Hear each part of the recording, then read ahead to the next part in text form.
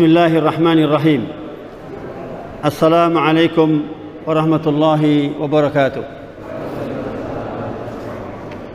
Innal hamdalillah nahmaduhu wa nasta'inuhu wa nastaghfiruh wa na'udzu billahi min shururi anfusina wa min sayyiati a'malina. Man yahdihillahu fala mudilla lahu wa man yudlilhu fala hadiya lahu. Asyhadu an la ilaha illallah wa asyhadu anna Muhammadan abduhu wa rasuluh. Allahumma salli wa sallim wa barik ala nabina Muhammad wa ala alihi wa ashabihi wa man tabi'ahum bi ihsani ila yaumiddin. Qala Allah ta'ala fi kitabil aziz. A'udzu billahi minasy syaithanir rajim. Bismillahirrahmanirrahim. Ya ayyuhalladzina amanu taqullaha haqqa tuqatih ولا تموتن إلا وأنتم مسلمون. وقال الله أيضا يا أيها الناس اتقوا ربكم الذي خلقكم من نفس واحدة وخلق منها زوجها وبث منهما رجالا كثيرا ونساء واتقوا الله الذي تساءلون به والأرحام إن الله كان عليكم رقيبا. فإن أصدق الحديث كتاب الله وخير هدي هدي محمد صلى الله عليه وسلم وأوثق الأورى كلمة التقوى وكل محدثة بدعة وكل بدعة ضلالة وكل ضلالة في النار. Jamaah rahmati Allah Subhanahu wa taala. Alhamdulillah, segala puji syukur kehadirat Allah Subhanahu wa taala yang telah memberikan rahmat, taufik, hidayah serta inayahnya kepada kita sekalian, sehingga pada kesempatan hari ini tidak terasa sudah seminggu yang lalu kita sudah berjumpa lagi. Marilah kita memohon kepada Allah Subhanahu wa taala, mudah-mudahan perjumpaan kita ini betul-betul membawa berkah, membawa manfaat buat diri kita pribadi, kemudian buat keluarga kita dan handai tolan, ya, kerabat-kerabat kita, teman-teman kita, sehingga kita ikut bisa menyampaikan apa yang isi dari pengajian kita ini. Kemudian saya berpesan kepada diri saya pribadi, marilah kita selalu bertakwa kepada Allah Subhanahu wa taala. Jamaah rahmati Allah Subhanahu wa taala, jika Allah Subhanahu wa taala mengawasi dirimu, maka jangan sampai Allah Subhanahu wa taala itu menjadi hal yang paling engkau sepelekan dalam semua yang melihatmu, dari semua yang melihatmu. Ya, jika Allah Subhanahu wa taala mengawasi dirimu, mengawasi kita masing-masing, maka jangan sampai Allah Subhanahu wa taala itu menjadi hal paling engkau sepelekan dari semua yang melihatmu. Hadis Rasulullah sallallahu alaihi wasallam menyebutkan Allahu ahaqqu ayustahya minhu minan nas.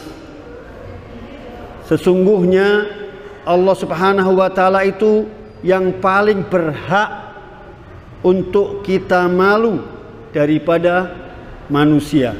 Rawahu Bukhari. Kemudian di dalam surat At-Taubah, potongan ayat ini Allah Subhanahu wa taala juga berfirman, A'udzubillahi minasyaitonir rajim, "Falillahi ahaqqu an takhshawhu in kuntum mu'minin." Karena Allah lah yang paling berhak kalian takuti jika kalian benar-benar orang-orang yang beriman. Maka jamaah rahmati Allah Subhanahu wa taala, tidakkah kita ini ingin mendapatkan pengampunan dan pahala yang besar dari Allah Subhanahu wa taala melalui takwa kita kepada Allah Subhanahu wa taala? At-taqwa hahuna. Takwa itu di sini, Pak. At-taqwa hahuna. Takwa itu di dalam hati. Jadi di saat kita sendiri, itu pun kita dalam keadaan bertakwa kepada Allah Subhanahu wa taala. Allah Subhanahu wa taala berfirman, "Innal ladzina yakhshawna rabbahum bil ghaibi lahum maghfiratan wa ajran kabira." Sesungguhnya orang-orang yang takut kepada Allah, mereka pada saat tidak ada yang melihat, mereka niscaya mereka akan mendapatkan ampunan dan pahala yang besar. Maka jamaah rahmati Allah Subhanahu wa taala, di saat kita sedang sendiri, di saat kita tidak ada orang, kita tetap bertakwa kepada Allah Subhanahu wa taala. Karena sesungguhnya takwa itu bukan untuk diperlihatkan. Di saat banyak orang kita memperlihatkan kita sedang bertakwa. Namun di saat tidak ada pun kita bertakwa kepada Allah Subhanahu wa taala. Maka jamaah rahmati Allah Subhanahu wa taala, marilah kita selalu bertakwa kepada Allah Subhanahu wa taala, menjauhi yang dilarang, menjalankan yang diperintahkan oleh Allah Subhanahu wa taala. Kemudian jamaah rahmati Allah Subhanahu wa taala, marilah kita bersyukur kepada Allah Subhanahu wa taala, karena sesungguhnya kita ini orang-orang yang beruntung. Ya. Dari Sa'ad bin Jubair berkata, sesungguhnya kehidupan seorang mukmin, kita ini orang mukmin, setiap harinya adalah keberuntungan. Setiap harinya keberuntungan. Karena ketaatannya mengerjakan semua kewajiban. Salat 5 waktunya tidak ditinggalkan. Serta karena kesempatan yang diberikan oleh Allah Subhanahu wa taala kepadanya, selalu mengingat Allah Subhanahu wa taala. Kemudian jamaah yang rahmati Allah SWT, tidak ada seorang pun yang lebih baik kedudukannya.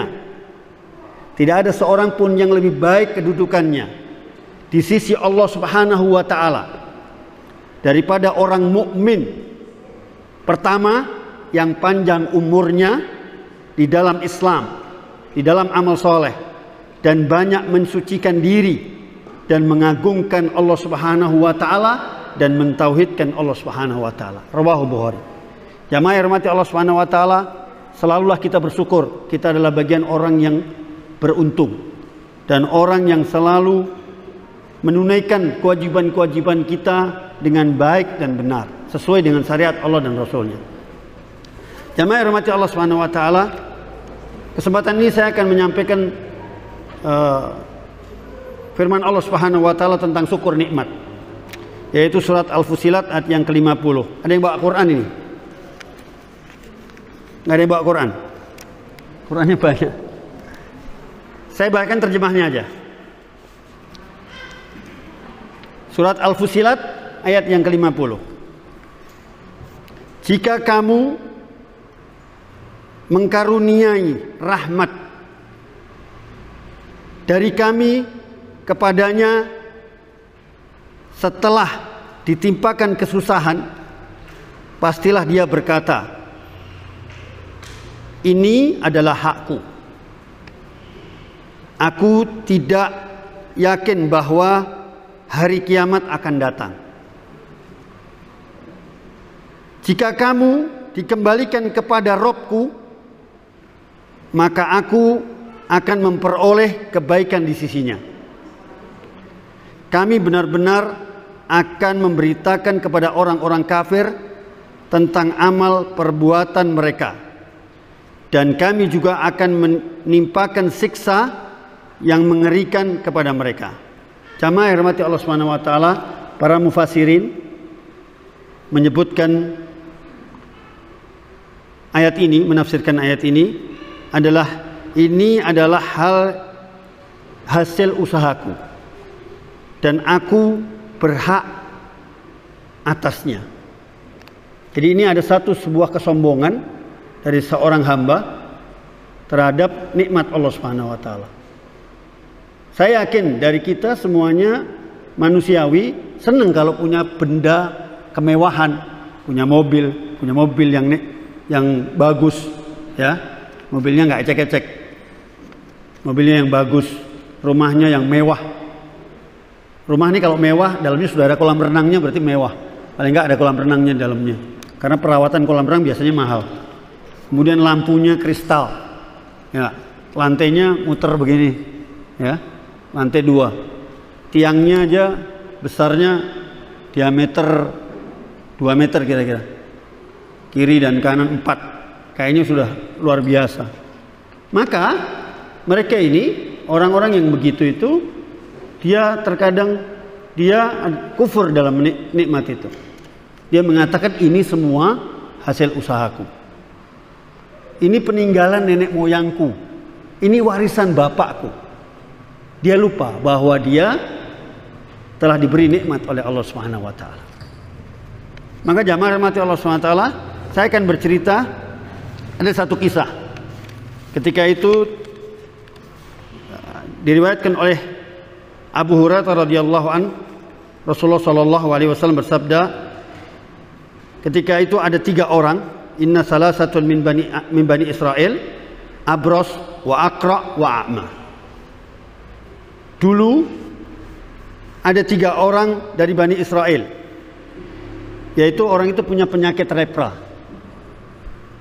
Tahu ya lepra ya? Masih ada nggak sekarang nih penyakit lepra? Masih lihat ada penyakit lepra yang tangannya protol-protol, ya nggak? Itu kan menjijikkan. Mendekat saja kita kayaknya sudah segan. Sekarang ini yang corona yang nggak kelihatan aja orang mendekat takut. Ini lepra, Pak. Luar biasa. Pernah satu kejadian ketika itu Umar bin Khattab mengutus Sa'ad bin Abi Waqqas untuk membebaskan Palestina. Menuju perjalanan berhenti di satu tempat, itu disambut dengan tarian-tarian oleh suku itu.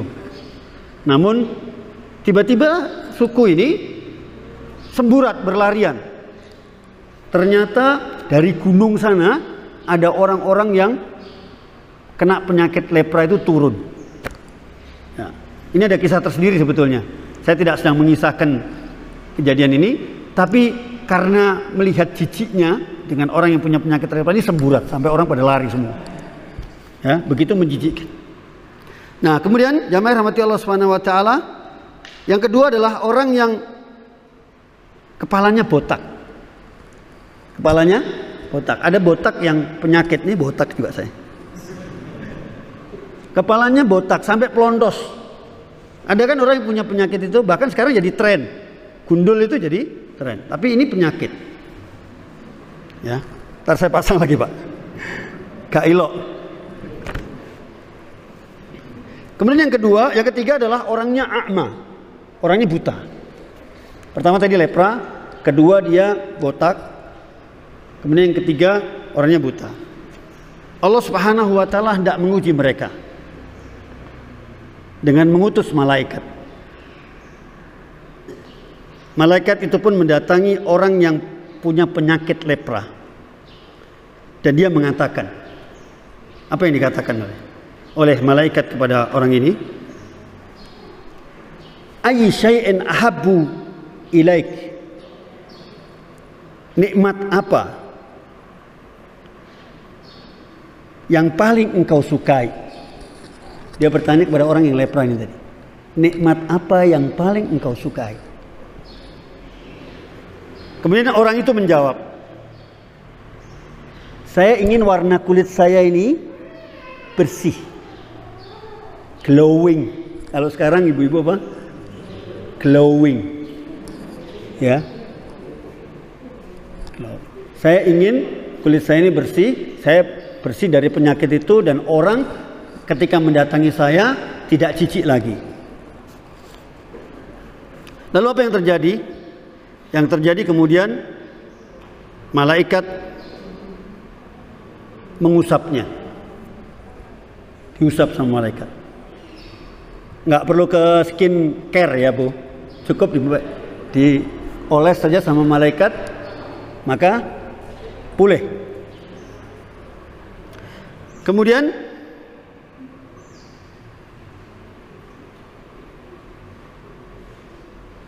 hingga orang ini betul-betul layaknya sempurna, ganteng, kemudian bersih, ya, orang senang lihatnya karena kulitnya dihaluskan oleh malaikat tadi.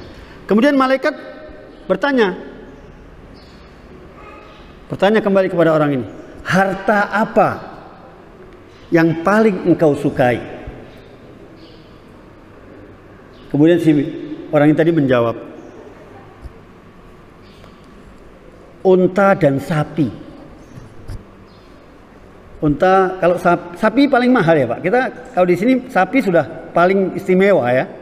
Orang kalau sudah punya sapi celengan. Ini dia minta sapi dan onta. Kemudian orang ini pun diberi onta yang sedang bunting, sebentar lagi melahirkan, dan mendoakannya. Malaikat ini nggak nanggung-nanggung, dikasih dia di glowing sama orang yang lepra tadi, kemudian diberi onta sama sapi, kemudian didoakan. Semoga Allah Subhanahu wa taala melimpahkan berkah kepadamu dengan onta ini. Kemudian berikutnya Abi Hurairah radhiyallahu anhu mengatakan bahwa malaikat itu pun kemudian mendatangi orang yang gundul tadi dan mengatakan hal yang sama. Nikmat apakah yang paling engkau sukai? Kemudian orang itu pun menjawab, sederhana Pak, saya kepingin rambut saya ini ngandan-ngandan. Rambut saya tebal, bisa disisir ke kiri, ke kanan, ke belakang, ke depan. Kemudian Allah Subhanahu wa taala mengabulkan melalui malaikat. Asalnya orang jijik ngelihat. Pernah nggak kita lihat ada orang yang plontos itu ya? Tapi sekarang karena sudah tren ini jadi nggak jijik lagi. Ya. Dia bilang supaya orang sudah mulai senang sama saya. Kalau rambut saya ada. Kemudian malaikat itu pun mengusap kepalanya dan tumbuh. Sehingga penyakit itu hilang. Namun lagi-lagi malaikat itu pun bertanya kepada orang ini, harta apakah yang paling engkau sukai? Kemudian orang itu pun menjawab dengan jawaban yang sama dengan orang sebelumnya. Sapi dan unta. Malaikat itu pun memberi sapi-sapi. Dan sapinya bunting dan didoakan oleh malaikat. Semoga Allah Subhanahu wa taala melimpahkan berkah kepadamu dengan sapi ini. Jamaah rahmatullah taala, malaikat itu pun lantas mendatangi orang yang ketiga. Orang yang apa tadi Pak? Yang buta. Bertanya dengan pertanyaan yang sama. Nikmat apakah yang paling engkau sukai? Lagi-lagi orang itu pun menjawab seperti jawabannya yang sebelumnya. Saya ingin bisa melihat lagi. Penglihatan saya kembali seperti biasa. Sehingga saya bisa menikmati cahaya matahari, cahaya rembulan.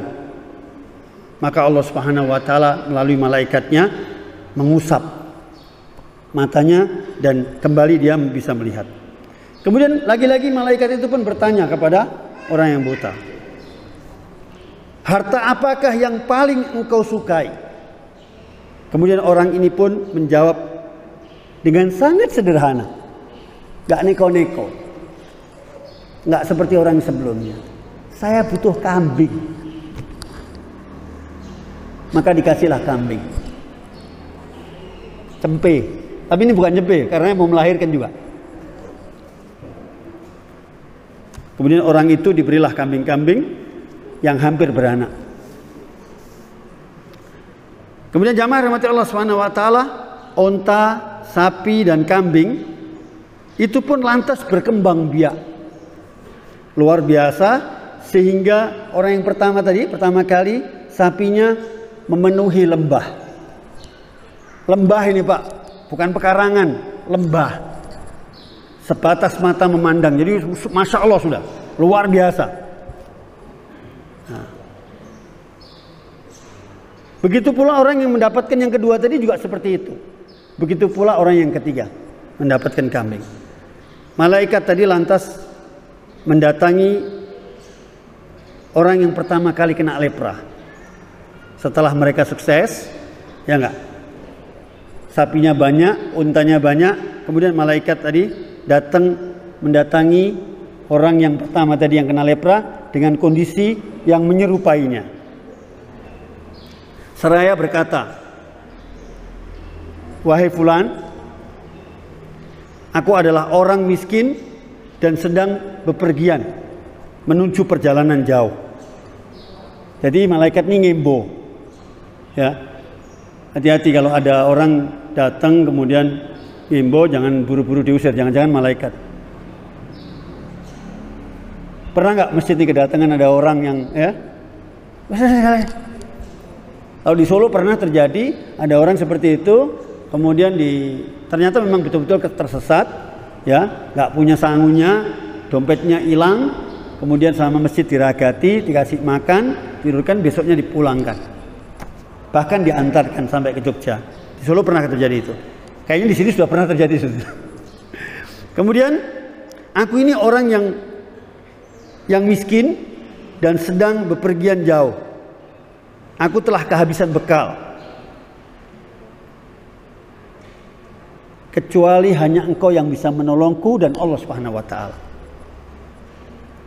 Oleh karena itu aku minta satu saja, satu ekor unta untuk melanjutkan perjalananku dengan nama Allah Subhanahu wa taala yang telah memberikan warna kulitmu yang indah dan gantengmu, kata malaikat tadi.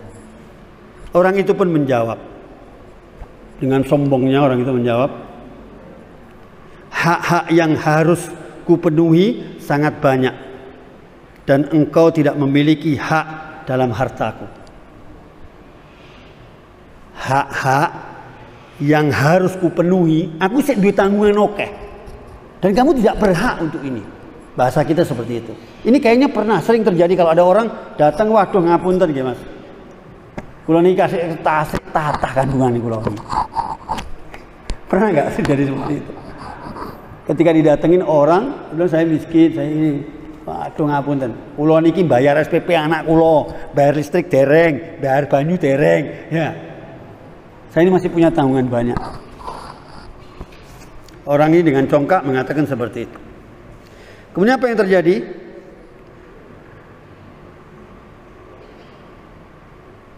Malaikat tadi mengatakan begini, "Sepertinya saya pernah mengenali kamu.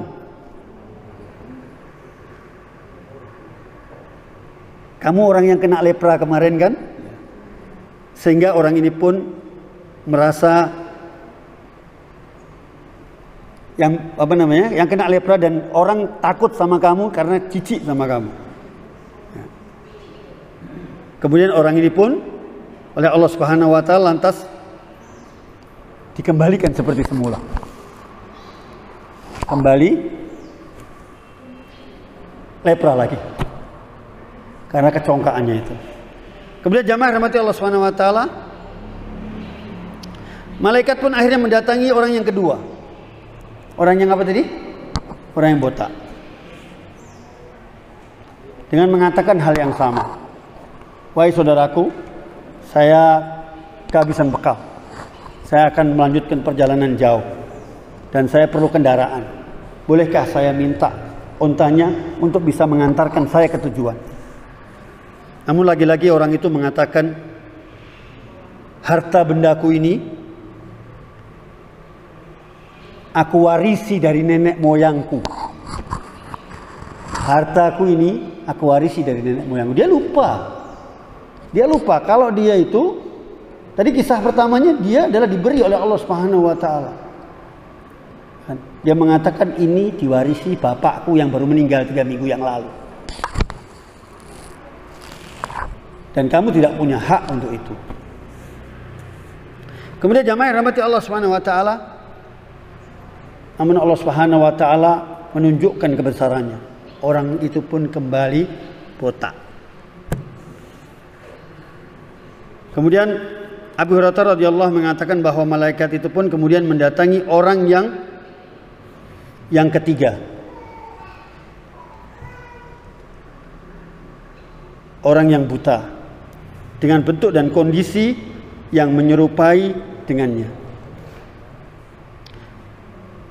"Wahai fulan, aku adalah orang miskin dan sedang menempuh perjalanan jauh. Aku telah kehabisan bekal, Maka tidak ada orang yang bisa menolongku kecuali Engkau dan Allah Subhanahu wa taala. Oleh karena itu aku meminta kepadamu seekor kambing saja, sehingga aku bisa melanjutkan perjalanan. Kambing bisa dinaikin, Pak. Ya. Kambingnya bisa dinaikin, mungkin dijual kemudian ongkosnya bisa buat jalan. Ya, kalau sekarang seperti itu. Ya. Kemudian apa kata orang ini? Orang ini pun menjawab, dulu aku ini buta, nggak bisa melihat. Lantas Allah Subhanahu wa taala mengembalikan penglihatanku sehingga aku bisa melihat. Demi Allah, sekarang aku ini tidak akan mempermasalahkan lek kambingku ki mbok pek-pekan. Kemudian dikatakan oleh malaikat itu, dikasih Pak kambing. Yang sebelumnya nggak dikasih, yang ini dikasih. Kemudian malaikat pun itu mengatakan dan berdoa kepada Allah Subhanahu wa taala, simpanlah hartamu, sesungguhnya kalian sedang diuji oleh Allah Subhanahu wa taala. Allah telah ridho denganmu dan tidak ridho dengan kedua orang temanmu tadi.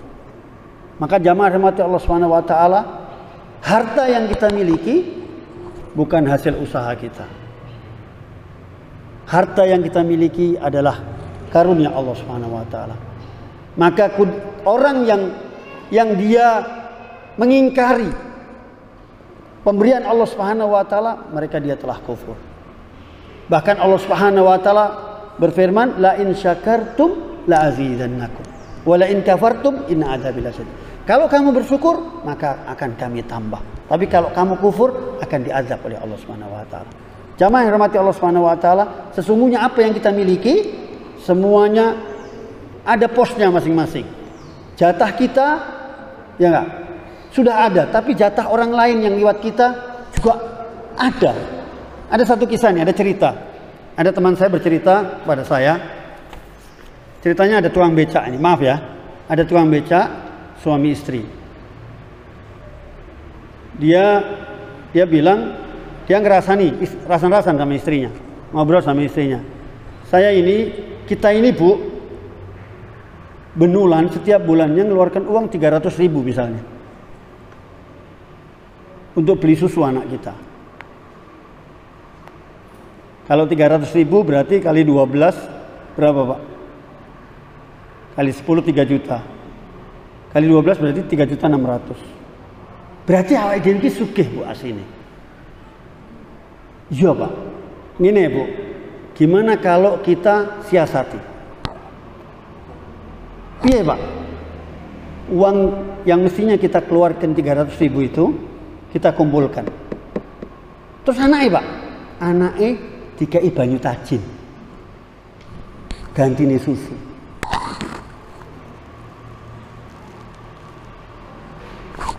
Betul Pak.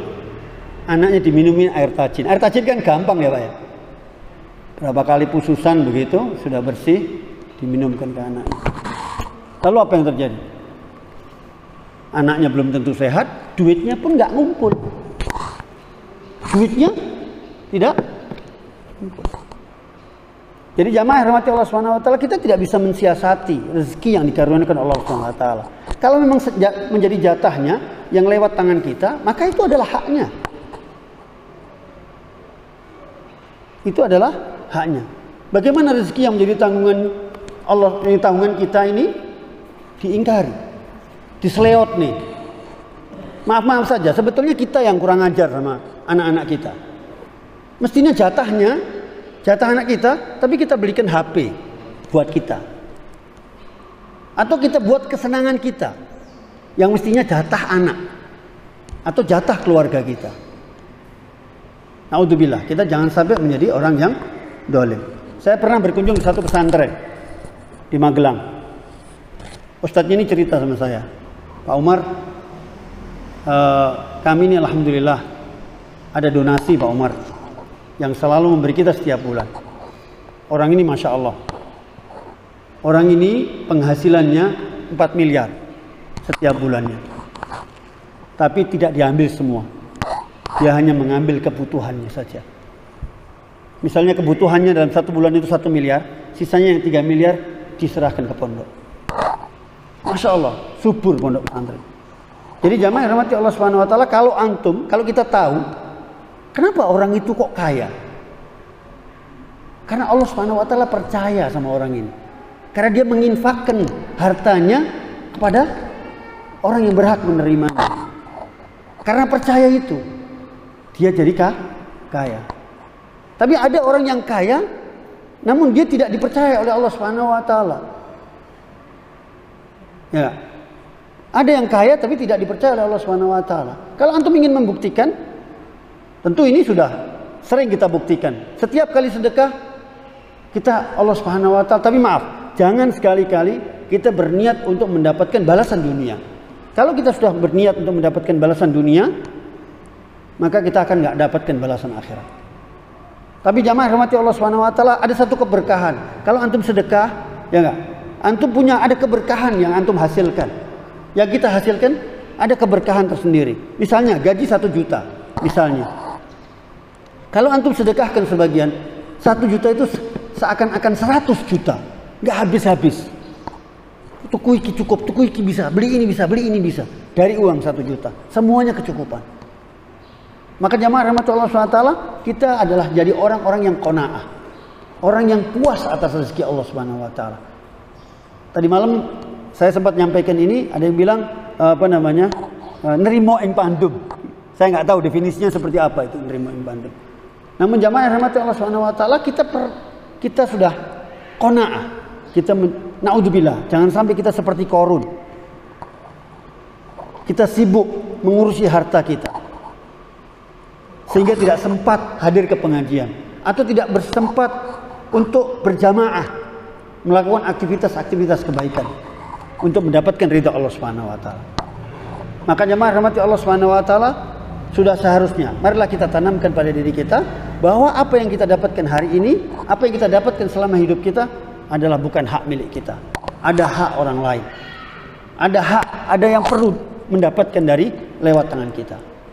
Jemaah rahmati Allah Subhanahu wa taala, sekilas ayat ini penyampaian pada masih banyak Pak ya. Ada berapa menit? 6 menit. Nah, jemaah rahmati Allah Subhanahu wa taala, terkait dengan penyakit-penyakit tadi, ya. Hari ini banyak sekali penyakit yang dulu tidak pernah ada, sekarang bermunculan penyakit-penyakit. Dan namanya banyak, namanya macam-macam lagi, ya. Belum selesai corona sudah ada delta. Belum ada delta nanti ada apa lagi? Ya. Maka jemaah rahmati Allah Subhanahu wa taala, dianjurkan kita untuk selalu berdoa kepada Allah Subhanahu wa taala.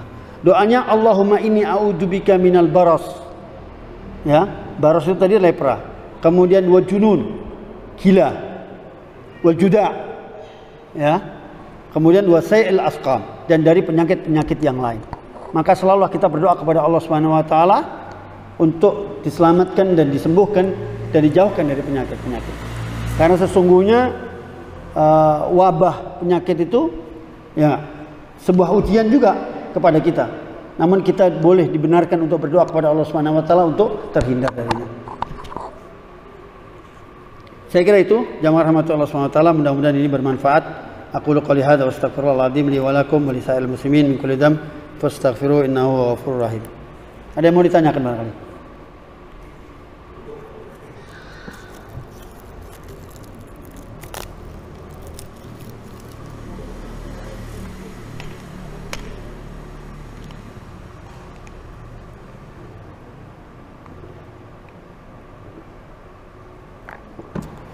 Tidak ada ya?